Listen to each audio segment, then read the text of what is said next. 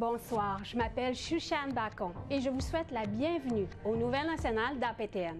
Maintenant que les feux de forêt au Québec se propagent en ampleur, de nouveaux problèmes apparaissent. Par exemple, quel gouvernement est responsable d'indemniser les Premières Nations sur les pertes subies pendant l'état d'urgence? Je ressens un peu de la discrimination que les montants qui sont attribués ne sont pas touchés par les Autochtones, là, comme nous autres ici à Malio ou bien d'autres dans d'autres villages. J'ai rempli la demande, puis il y avait une option là, municipale qui demandait les taxes municipales. Je pense que nous autres, on n'a pas le droit à ça. C'est tout. François Jérôme est Innu de Magnotenam. Il est père monoparental de 7 enfants à sa charge. Ils ont été évacués au début du mois à cause des feux de forêt à proximité de la communauté. Ça a coûté quand même beaucoup d'argent l'évacuation. C'est sûr que j'aurais pu être évacué dans un aréna, mais le nombre d'enfants que j'ai, il était dans l'impossibilité. Moi, j'ai un enfant il a comme, comment je pourrais dire ça, l'anxiété. Ça aurait été impossible. J'avais pas le choix de me prendre un hôtel. Des montants de 225 par adulte et de 125 par enfant à charge de moins de 18 ans ont été alloués aux résidents évacués de Magnotenam pour assurer les besoins essentiels et les frais associés au transport. Le chef Mike McKenzie d'Inutwagan-Washat-Mac-Magnotenam affirme que la différence des indemnisations offertes à sa population évacuée du 2 juin au 6 juin se fera prochainement et que la procédure à suivre sera publiée sur le site web du Conseil de bande. Normalement, on devrait donner l'équivalence de 1500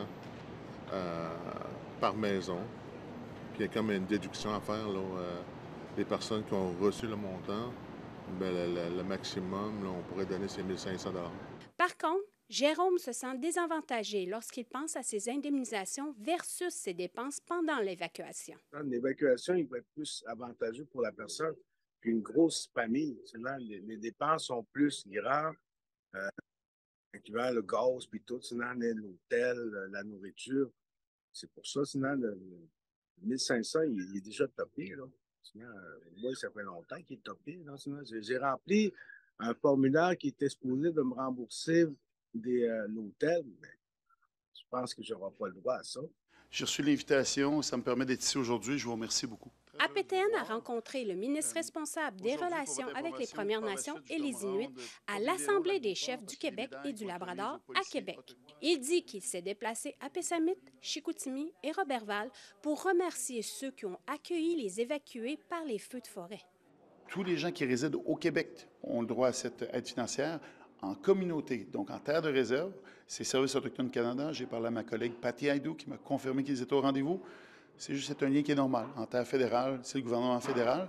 Cependant, le chef du Conseil de la Nation Anishinaabe du Lac-Simon dénonce le manque de consultation de la part du fédéral et du provincial concernant les décisions prises sur les montants accordés aux évacués de sa communauté. Dans le moment, c'est le fédéral qui suit le Québec, mais sans nous en avoir rien dit, nous aviser, rien du tout de la formule. Donc, on n'a pas été consulté ni avisé de comment les choses allaient se dérouler. On l'a appris par après. APTN a contacté Services aux Autochtones Canada pour de plus amples renseignements sur le processus d'indemnisation et les conditions d'admissibilité. Mais APTN n'a pas obtenu de réponse avant la date limite. Après que les feux de forêt du Québec ont envahi leur territoire, 32 Algonquins du Lac-Barrière ont décidé d'apprendre à lutter contre les incendies. Emilia Fournier nous raconte.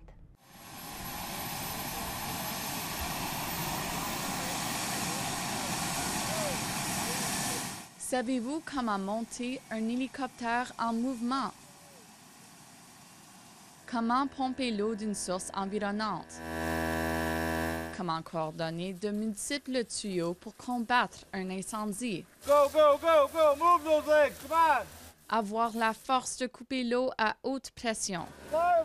C'est ce qu'apprennent ces combattants d'incendie auxiliaires. There's a lot of passion going on at the same time because people love the land and these guys are used to the land, they're used to the bugs or anything, and so that's the concept here. Warren Papati, un Algonquin du Lac-Barrière, était à Gatineau quand les feux s'approchaient de sa communauté de Lac-Rapide, 370 km au nord-ouest de Montréal.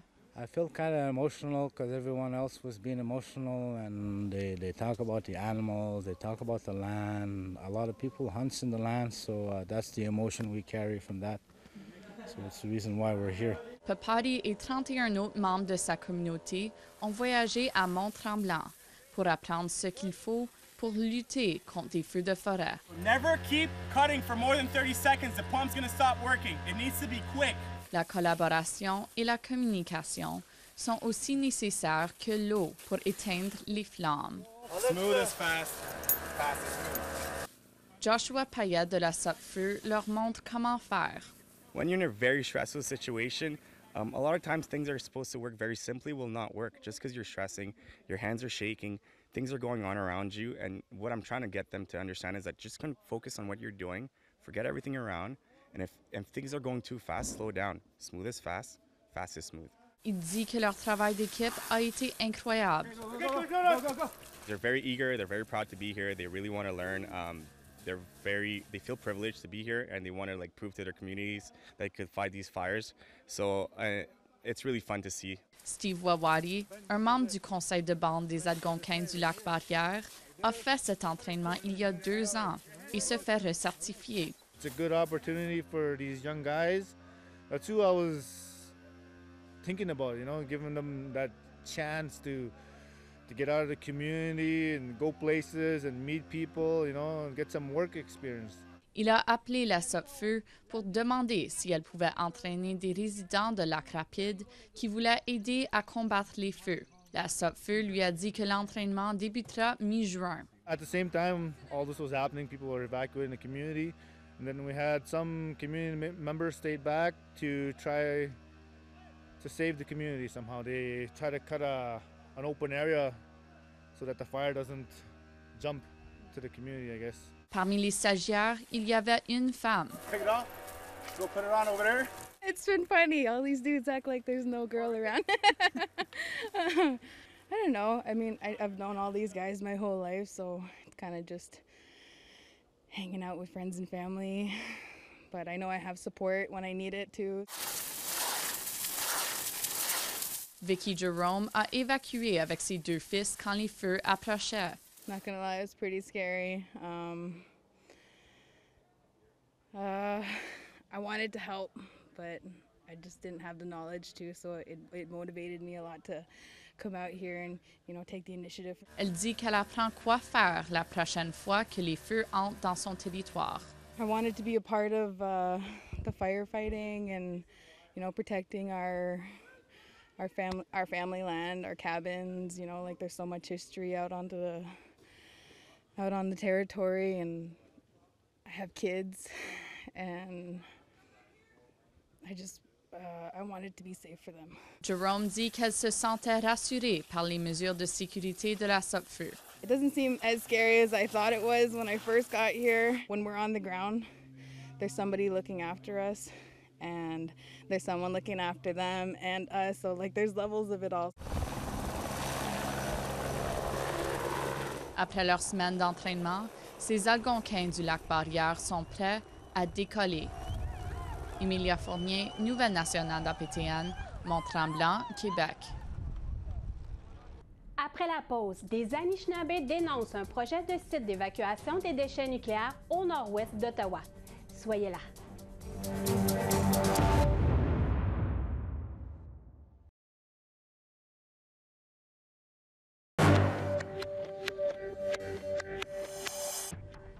Re-bienvenue.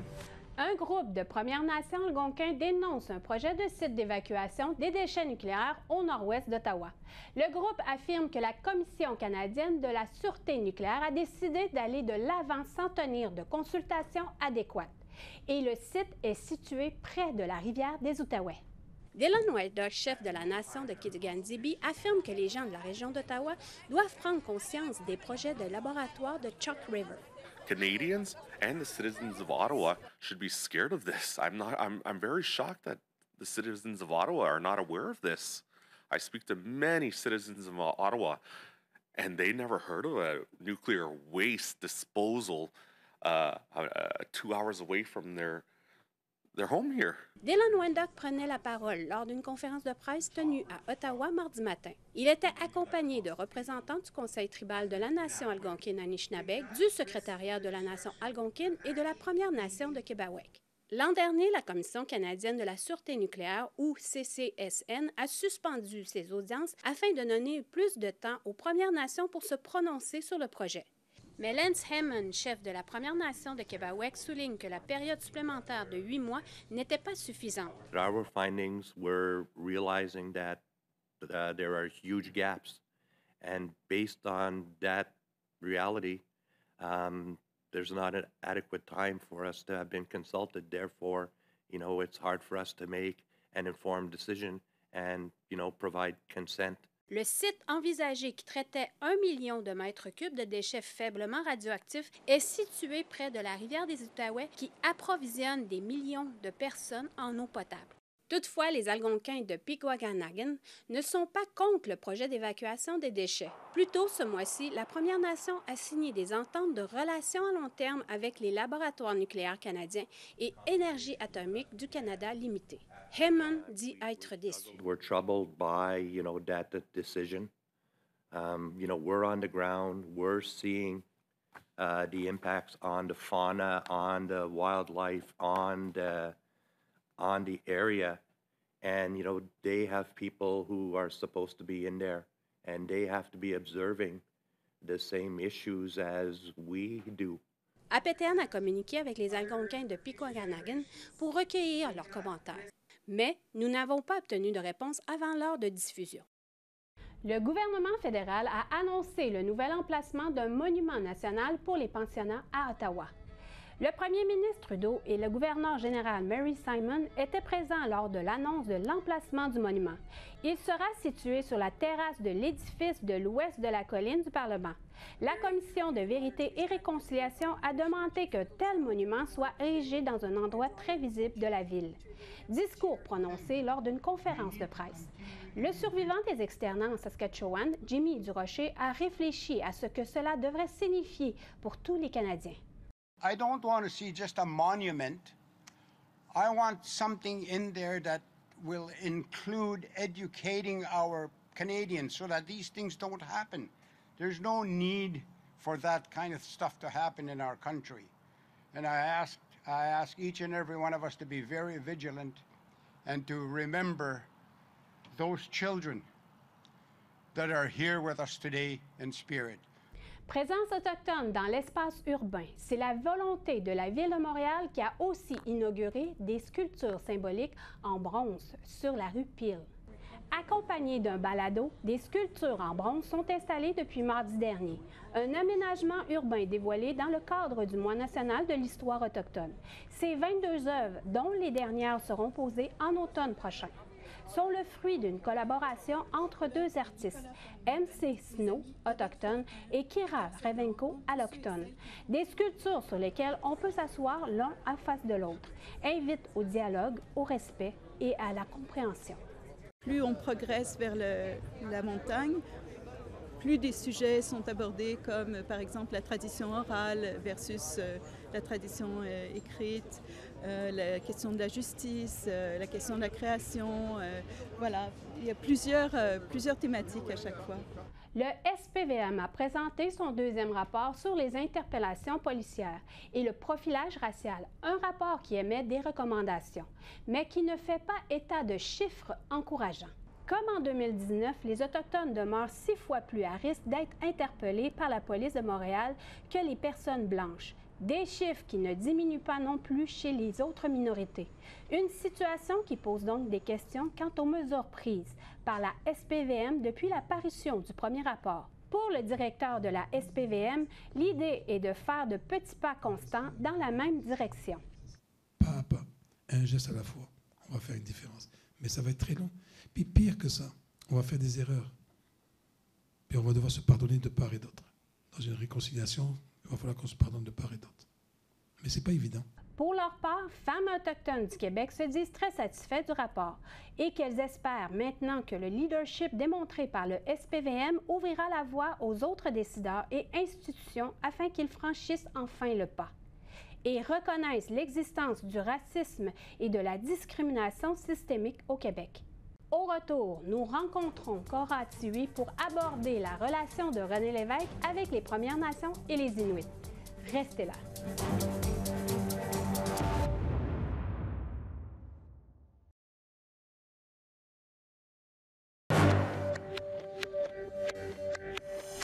Bienvenue aux Nouvelles nationales d'APTN.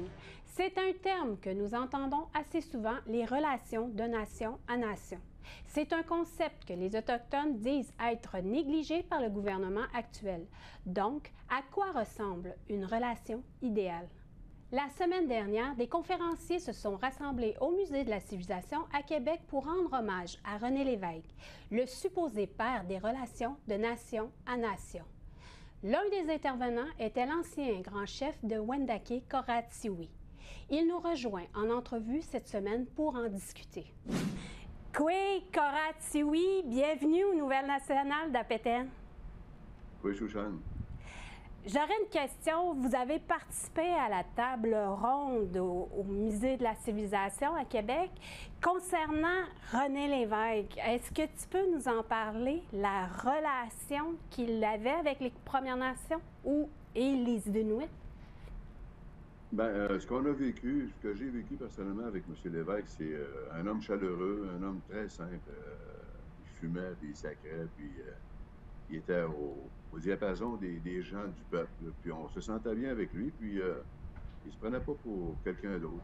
Et on voyait qu'il venait vraiment de milieu modeste, qu'il avait visité à travers le Canada, à travers le monde entier, avec son émission Point de mire. Il avait connu des gens, des peuples indigènes un peu partout sur la Terre. Il avait vu beaucoup de pauvreté, de la misère, des difficultés. Donc, c'est un homme qui était habilité à comprendre les problèmes, tenter des résoudre aussi, parce que c'était un homme de solution aussi. À la table ronde, le titre était « Père des relations nation à nation ».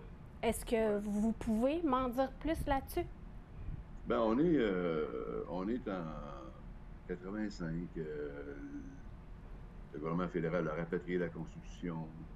On a des conférences constitutionnelles qui ne donnent rien parce que les premiers ministres, ils veulent toujours avoir une liste. Donnez-nous votre liste.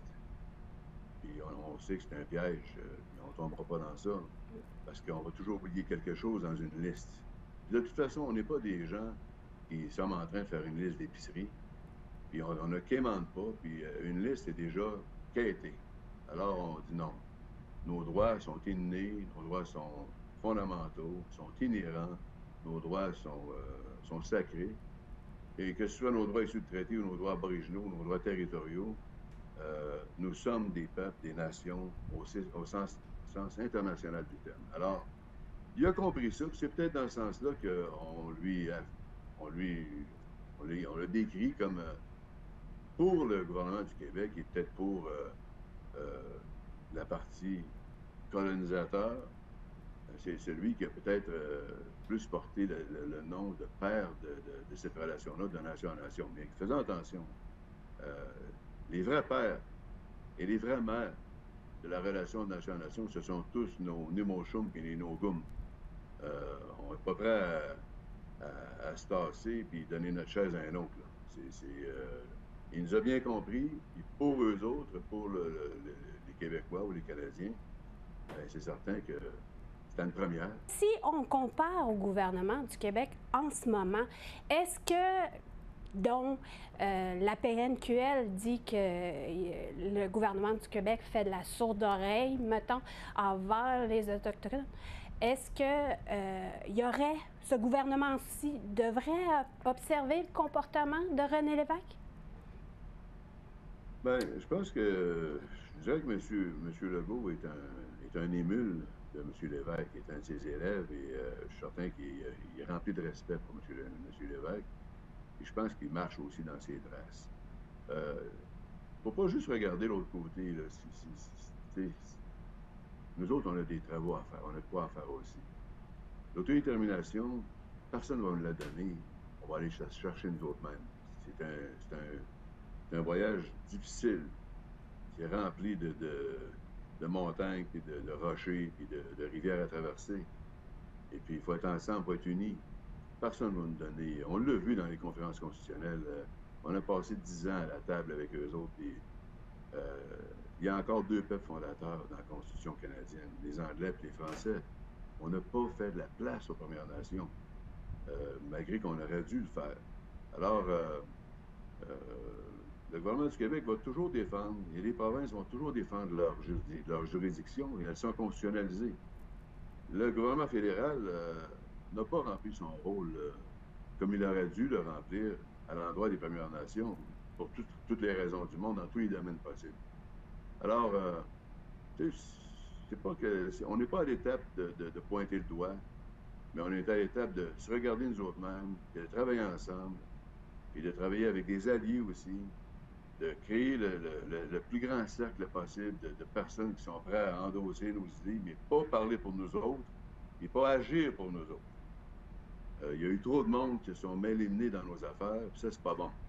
Alors, nous parlons pour nous-mêmes, nous décidons pour nous-mêmes, puis nous traçons le chemin pour nous-mêmes. C'est extrêmement important. En quelques mots, es-tu capable de me dire quel est l'héritage de René Lévesque avec la relation qu'il avait entrepris ou qu'il avait avec les Autochtones? Bien, c'est la résolution qu'il a fait adopter à l'Assemblée nationale en 1985. Son héritage, c'est de toujours respecter puis reconnaître les Premières Nations comme étant les premiers habitants, ceux-là qui ont les droits aboriginaux innés. Et son travail, sa résolution est encore le socle, est encore la base même qui guide toutes les actions gouvernementales en milieu amérindien et inuit, Première Nation et inuit, pour les gouvernements qui se sont succédés encore aujourd'hui. Le gouvernement de M. Legault passe toujours par la résolution de M. René Lévesque, une résolution de reconnaissance, une résolution de nation à nation. Et puis c'est un bon départ. Il faut travailler sur ça. Il ne faut pas s'asseoir sur ça. Il ne faut pas s'imaginer qu'on a gagné une loto du tout.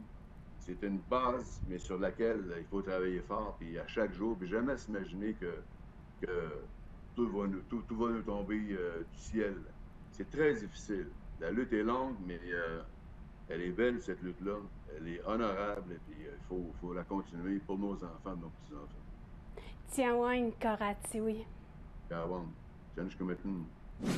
Avant de vous laisser ce soir, voici une bonne nouvelle. Pour célébrer le mois de la fierté, la communauté Mohawk de Kahnawake a eu son tout premier défilé pour la célébration des personnes 2SLGBTQ cette fin de semaine.